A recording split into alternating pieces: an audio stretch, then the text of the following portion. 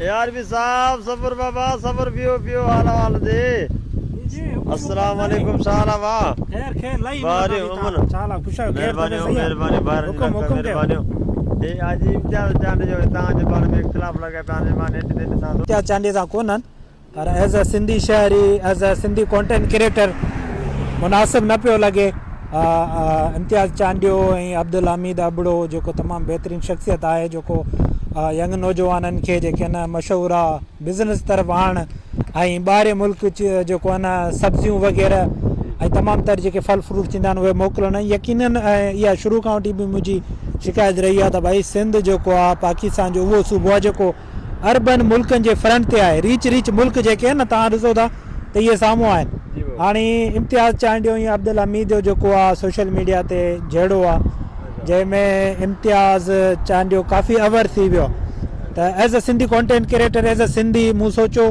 त सालसी जो किरदारु पेश कजे ऐं अदा कजे त मूं इम्तियाज़ चांडियो खे मैसेज कया त भाई मूं चयो काफ़ी घणो थी वियो आहे बराए करम तव्हां जेको आहे न सोशल मीडिया ते इन चीज़ खे एतिरो टोल न कयो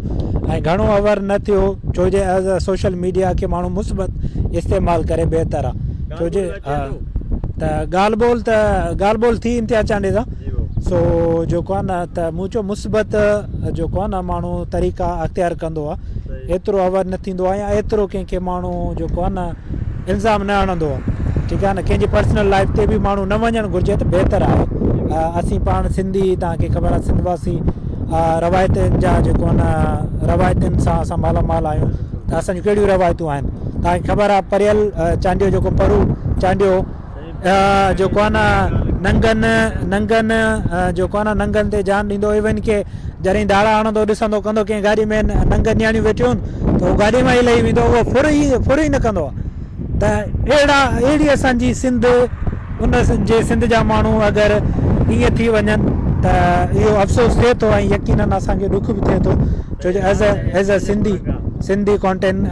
क्रिएटर मुंहिंजो हिकिड़ो जेको आहे न कोशिशि हुई हाणे जे अगरि मुंहिंजी कोशिशि आहे अगरि उन कोशिशि जो एतिराम अगरि इम्तियाज़ चांडे न कयो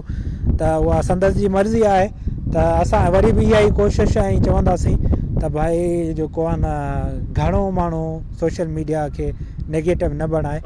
ऐं अवर न थिए ऐं घणो कुझु न करे मुस्बत अंदाज़ में बि हली थो सघे मुस्बत अंदाज़ में तनक़ीद करे बि सघे थो सो जेको आहे न बसि असां त इहा हिकिड़ी नंढड़ी कोशिशि कई थी असांजी कंहिंखे कोशिशि वणे थी या नथी वणे सो बहरहाल हर कंहिंजी पंहिंजी जेको आहे न राय जो हक़ु रखे थो पर कॾहिं बि कंहिंजे बि ख़िलाफ़ु माण्हू राय ॾिए त इख़लाक़ जे दाइरे में ॾिए तनक़ीद करे त इख़लाक़ जे दाइरे में करे असीं पंहिंजे सिंधवासी असां सभु पाण में हिकु आहियूं असांखे मरणो जीअणो हिते ई आहे किथे ॿाहिरि न आहे असांजूं नस्लूं हिते ई पलजंदियूं वॾियूं थींदियूं त असां पंहिंजी ईंदड़ नस्ल खे जेको आहे हिकिड़ो बहितरीनु शहर ॾेई वञूं हिकिड़ो बहितरीनु सूबो ॾेई वञूं हिकिड़ो बहितरीनु मुल्क ॾेई वञूं हिकु बहितरीनु शौर ऐं माहौल ॾेई वञूं